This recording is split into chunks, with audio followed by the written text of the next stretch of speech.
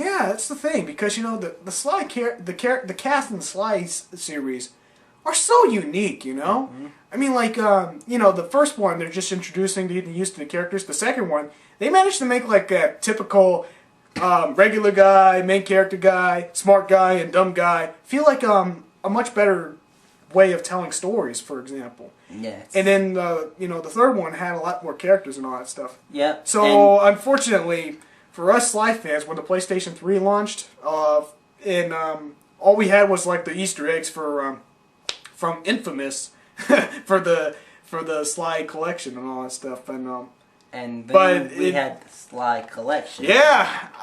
The reason why I don't have any hard copies of the Sly games on the PlayStation 3 anymore is because I traded it all for this collection.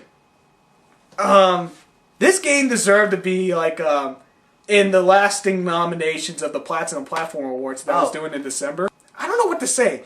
It's the best way to bring even more fans to the, you know, more PlayStation 3 owners to the Sly series. Yes, and I gotta admit, out of all the games, this one was probably the most anticipated I was for a game. Because the collection, oh my god, it was great. And to be honest, I think it might have been one of the first games that I actually was willing to buy day one and pay full price. And I'm going to downright say it. This is the best collection you can get on the PS3. I mean, like, you only got like 2 God of War games, and you only got two games on the, what was it, on the Ico and the Shadow of the Colossus games coming out soon. Not bashing any of those games, but in comparison to this one, this is pretty much the best that Sucker Punch has ever done to the Sly series, saying, please accept our apology for not giving you a Sly game. And we'll get to the next Sly game later on, coming later. Okay. But if you're a big fan of, if you're a guy that loves to get trophies and all that stuff, holy moly! Yeah, playing they have a lot, but the easiest game out of the collection to get the best, the most trophies would probably be Sly Cooper and the Thievius Raccoonus, the first one, and it's so easy because all you have to do is beat the level and get all the bottles for all the games and get all the power-ups especially. And wow, this is just I mean, like the trophies and you know, re-experiencing this game in HD. I don't know if it's a lot better looking than the PlayStation 1 or the PS3, because to me it was almost exactly the same, except it's just much more wider and all that stuff. I went back and played the third one afterwards. Yeah, it does improve it. Oh, maybe because I don't have the PS2 collection no more. Yeah, it was really phenomenal to replay most of these games together, and you know, it kind of sucks that you know the only way to get even the special features that was included in this game is if you played and beat Sly 3. While on the Sly 2 and the Sly 1 game, you know, regardless if you beat it or have 100%, it won't affect getting any more closer to the collection and all that stuff. But yeah, but I did like the whole in order to unlock this game, you have to play the game before. Yeah, because you didn't get to like go around and choose. You had to go through them. Yeah, and I gotta say that this is the best way you can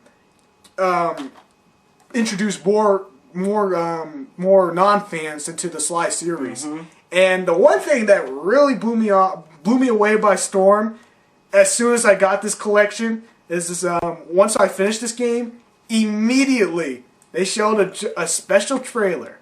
And that trailer was the trailer for our next game, Sly 4. Oh my goodness. And then not too long ago in E3, they even showed more the actual gameplay footages of Sly 4. And they also hinted at the fact that we will be that they're not going to go back to the main 3, that they're going to keep the extra characters, because who do you see in the thing? Dimitri! Yep. And you even get a joke like, that's the last time we leave Dimitri in charge. Oh, and yeah, to me personally, this looks like the platformer game that I pretty much am waiting for, because I'll be honest with you. It is for me. I cannot wait. Oh man, because they're gonna. We know that they better keep the characters, but not only that. Remember they were showing us one of the boss fights? I think it was the first one. That was epic when he was fighting in like lava, and then he was like, and Sly was like trying to overcome the, trying to dodge all the fire attacks and all that stuff. Oh my goodness, that was so spectacular. And I hope the Murray comes back instead. You know he will. Yeah. I just wonder if he's gonna be still spiritual, and if you're gonna be able to do the ball thing again. Yeah, and I hope that they make the 3D effects a little better, because I would like to see Sly's fur a little more realistic, because he was a little more furry in what we've seen in the gameplay footages than before. Yeah, but he did look a lot better, and it looked like it would be the true sequel for Sly 3, because we've waited for a long time for a Sly 3 while and I'm glad that they're giving us a Sly 3. I mean, giving us a Sly 4. Because, we're never going to... Because, Naughty Dog refused to, acknowledge that they're going to give us a Sly 4 and a Jack 4. But Ratchet and Clank already is continuing with this Ratchet and Clank future. But I so cannot wait for Sly 4. I mean it. Because, automatically, that's going to be the nomination for Platinum Platform Awards 2012 next year. yeah, and the story. I have no clue what the story is going to be, but they have hinted at the fact that it might have to do with time.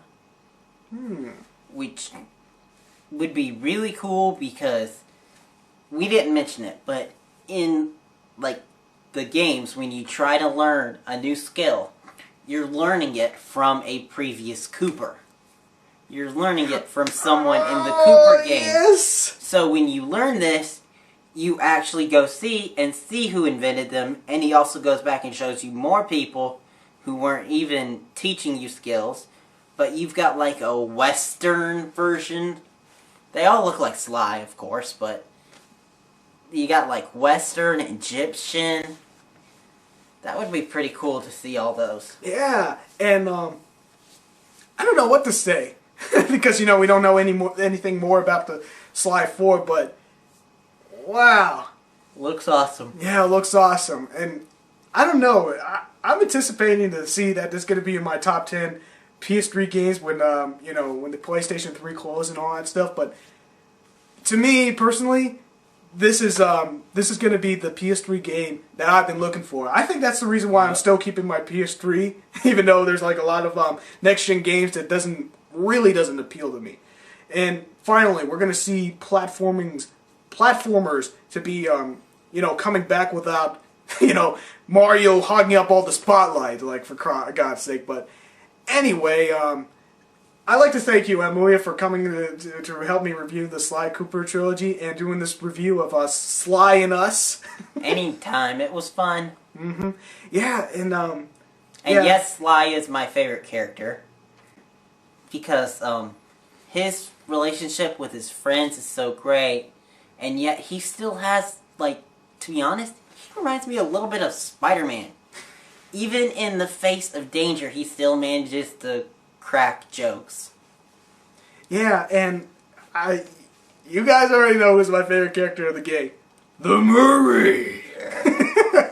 Yeah, so, this wraps up our everything that we want to say about Sly, the Sly 4 game, and my goodness, I can't wait for more Sly 4 games, because it's making my top 20 my top 20 3D platformers list look a little dated, because so many great platformers coming out, like Epic Mickey and Alice in Madness Returns.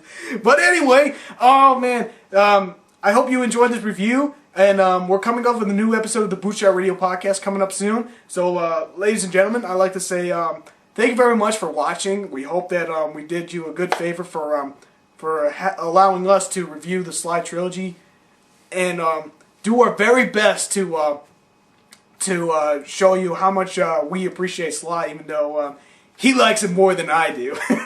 And yes, I do. And so this is Gexup. I'm Ouya. And we would like to say thank you very much for watching. Together? Let's say Okay. Together? Okay. Boo chow!